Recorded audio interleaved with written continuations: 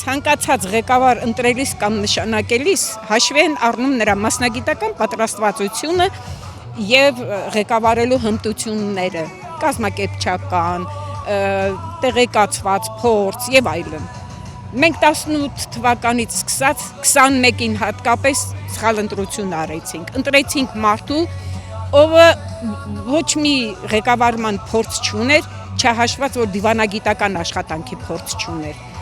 Եվ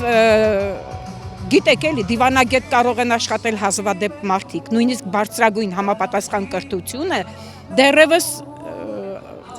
ցուցիչ չէ եւ պայման չէ։ Բայց մենք ում տվեցինք մեր երկրի ղեկավարումը։ Մեկին, որը հայտնի էր դեռ այն ժամանակ շանտաժիստ, մանիպուլյատոր եւ այլն մականուններով։ Ես իրեն ճանաչում եմ ուսանողական տարիներից։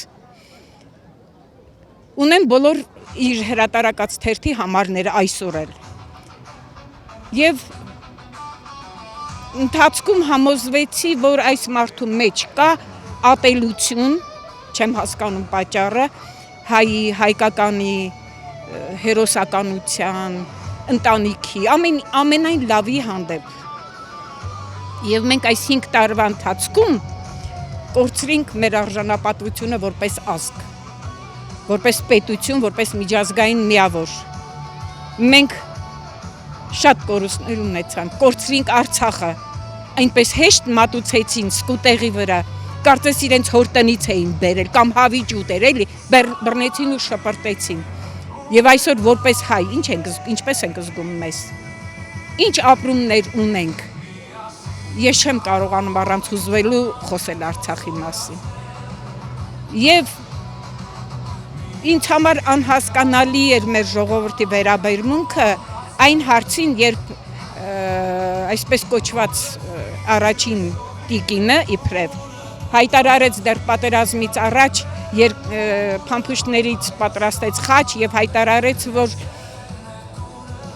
այդ զինվորները զոհվել են հանուն ոչնչի եւ նրանք իրենց թայֆաններեցեք բառիս համար ամեն ինչ արեցին, որ այս հայտարարությունը ճիշտ լինի։ Եվ այսօր այն հողը, որ ներկված է մեր զավակների արյունով, արդեն մերը չէ։ Այսինքն այդ արյունը հեղվել է հանուն ոչնչի։ Ոչ թե այս 30 տարվա ընթացքում,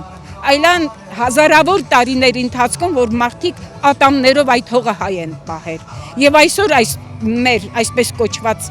վարչապետը հայտարարում է, որ Արցախը երբեք հային չի եղել։ Ես ուզում եմ հարց տալ իրեն. ձեր դպրոցում պատմություն են անցել, դու պատմություն ես սովորել, այդ որ գրքում ես կարդացել այդ հայտարարությունը, թե Զիա Բունյաթովի գրքերով ես առաջնորդվել, որը նույնիսկ սովետական տարիներին ամեն ինչ անում էր, որ Ադրբեջանը որպես ազգ գիտակցվի ու ընդունվի։ Ով չգիտի։ Եվ ես գիտեք ինչից եմ վախենում, որ այս ամենը սեփականացնելուց հետո արևմտյան Ադրբեջան ասեն հայ գոյություն չի ունեցել, այդ ինչ որ սարքել ենք մենք մեր հին անունը հայ էր, ու մենք գնում ենք այսօր դրան։ Ես զարմանում եմ միայն այն մարդկանց վրա, ովքեր բարձրագույն կրթություն ունեն ու պաշտպանում են սրանց։ Ես Ռոբերտ Քոչարյանի վստահված անձն եմ եղել առաջին ընտրության ժամանակ։ Այս նույն հարթակում իր բոլոր ընտրություններին ելույթ եմ ունեցել։ Ու ես հետաքրքրվել եմ արցախցի իմ ընկերներից, թե ով է նա, դեռ ինքը Արցախի նախագահն էր։ Եվ այս ընթացքում համոզվել եմ, որ ազնիվ մարդ է, ուժեղ է, կարողանում է իր խոսքը կատարել, պատասխանատու է, եւ գիտեք, ամեն մեկը չի կարող դիմանալ այս ամեն կորուստներին, ինքը հայրենիք է կորցրել, գերեզման է կորցրել, բայց դուք տեսնում եք իր ինքնատիրապետումը, տեսել եք իրենից մի վատ բառ, մի հայոյանք, մի ինքնատիրապետման կորուստ, չեք տեսել, ուժեղ է նա, իսկ մեզ այսօր, այս փոթորկուն օրերին, երբ աշխարհը պատերազմների կրակների մեջ է, մեզ ինչպիսի առաջնորդ է պետք, Նիկոլի նման, ճղճղան, գորգորացող, ուտող, ուտել էլ կա, ուտել էլ եղբայրով է ասում, որ ամբողջ մարդկություն աշխատում է ուտելու համար, բայց ով է այդպես ուտում, մեր ժողովուրդը ինչպիսի ղեկավար է տեսնում, որն է մեր ժողովրդի իդեալը, կիրթ, բարեկիրթ, ըմբռնող, հասկացող, գնահատող և աշխատող, դուք աշխատանքային մի պահ հիշում եք այս մարդուց, որ ինքը ինչ-որ կարևոր խորհրդակցություն է անում ու մի կարևոր որոշում է կայացրել, վերջին կարևոր որոշումը գիտեք որն էր, ասաց ես ձեր բիբարների փողը կտամ, որտեղից, հորդ տնից ես բերելու այդ գումարները, որտեղից, ու մեզ ձեռ առնում, ասում է մենք արդեն ուղարկել ենք Եվրոպա, հա, ոնց, որ ճանապարհով, կարող եք ասել, լարցը փակ է,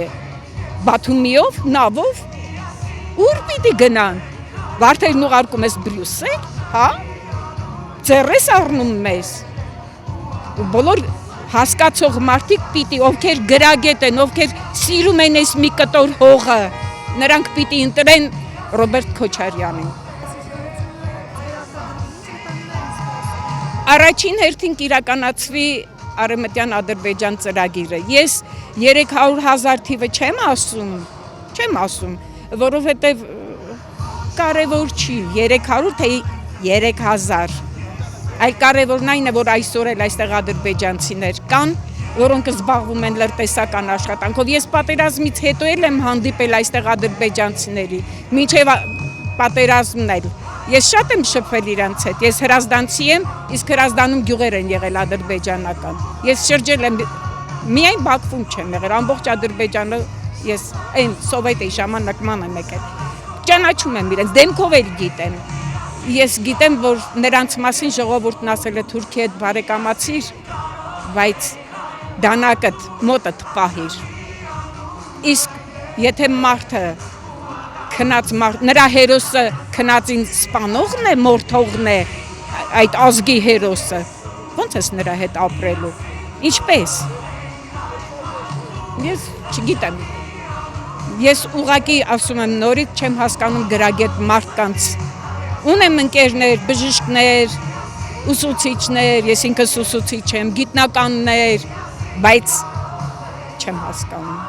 չեմ հասկանում, որովհետև սա նշանակում է Հայաստանի կորուստ, բառացի Հայաստան պետության կորուստ։ Այդ վտանգը կկանխվի միայն հունիսի 7-ին, ընտրելով համար 17-ին։ Եվ մի բան, մենք հայ ենք, մեր լեզուն հայերենն է, մեր երկիրը Հայաստանն է, մեր առաջին ուսուցիչը Մեսրոպ Մաշտոցն է, մենք հայ քրիստոնյա ենք, և այս բառերով ենք մենք միասին դառնում, ու այս բառերով պիտի միանանք ու ասենք, միասին կարող ենք, նա ով հայ է, ում համար այս երկիրը իր հայրենիքն է, ում համար իր հավատը հայ առաքելական եկեղեցին է, ում համար իր առաջին ուսուցիչը Մեսրոպ Մաշտոցն է, նա չի կարող այլ ընտրություն կատարել, միասին մենք կարող ենք, հայերս, բոլորս, և ասեմ, վախենալ պետք չէ, միայն մի բանից պիտի վախենալ, որ բռնեն, բանտերում տեղ չկա, մեզ որտեղ են պահելու, ինձ օրինակ այդ հարցը շատ է հետաքրքրում, հասկանում եք, բանտերում տեղ չկա, և սա կոչվում է ժողովրդավարություն։ Գիտեք, մի քիչ երկար է ստացվում խոսքը, կկրճատեք, եթե պետք լինի, ասեմ, որ մեր եվրոպական ընտրությունը ինքը չի որոշել, Մովսես Խորենացին է որոշել, որը գնաց եվրոպական կրթություն ստացավ և երբ Իտալիա Հռոմից վերադարձավ Հայաստան, նա հենց եվրոպական արժեքների կրողն էր։ Նրան երկար ժամանակ տեղ չտվեցին, որտեղ իշխանությունում պարսկական ուղղության հետևողներն էին։ Եվ Մովսես Խորենացուց սկսած մեր ժողովուրդը իր կեցվածքով, իր ապրելակերպով, իր հայացքներով, իր մենթալիտետով եվրոպական է։ Եվրոպական այսպիսի երկիր չկա։ Մենք եվրոպական շատ երկրներից առաջ ենք, գնացեք կենտրոնական Եվրոպայի երկրները կտեսնեք ինչ է տեղի ունենում այնտեղ։ Եվ հիմա մեզ ասել, որ տանում եք Եվրոպա ինչով, ինչ արժեքների համար, այն որ նորեն ստեղծվել, դրանք մեզ պետք չեն, մենք եվրոպացի ենք, եվրոպացիներից շատ։